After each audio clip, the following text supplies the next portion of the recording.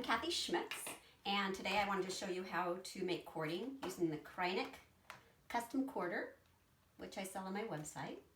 And it's really fun, and the nice thing is it's super easy and it's inexpensive, and you end up making some really nice looking cording to finish projects. So what you want to do is you're going to get your Kreinik Custom Corder, and you're going to need a hook or something to, hold it.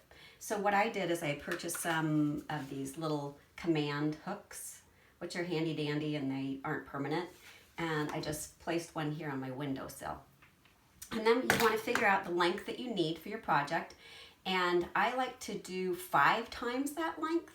I think on Kreinik's directions, they say 3 times, but I like my cording to be really tight. But you can play around with it and see what ratio works for you. So say I needed 10 inches, then I would start with 50 inches. So what you're going to do is bring the ends together, and I use all 6 strands. So you bring the ends together, and you want to tie a knot, so you make one big loop. Okay, now I take one end of that loop and I put it over my hook, and I take the other end with the knot, and I put the knot right in the hook of the custom quarter. You don't want the knot to be in the middle, because then you'd have this funny little thing in the middle of your cording. And then you just start winding like you're reeling in a big fish. And this is about as close to fishing as I get. And it'll take a little bit of playing around a few times to see exactly how tight you think it should be. One trick is to hold it here. You want to keep tension on this the whole time. You don't want to let go, because this is what happens when you let go. So I'm going to pull them together, let them come together, and see what happens.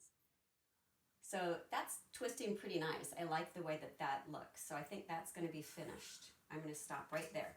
So now the tricky part is you want to take it off the hook, and you're keeping tension. You're going to hook the Kreinik quarter right over the center and keep hold of it. Don't let go.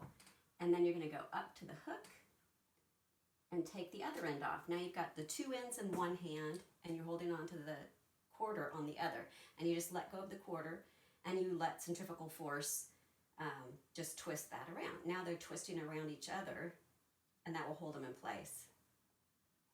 And then you stop it before it goes the other way, and you just tie a knot at the end. And then once you cut the little remnants off, then you have just a nice little end. But what you end up with is a really nice piece of cording. And you just whip stitch it on with one strand of the same colored floss, and it finishes off projects super easy, and it looks really nice and finished. So I hope you liked it. Bye.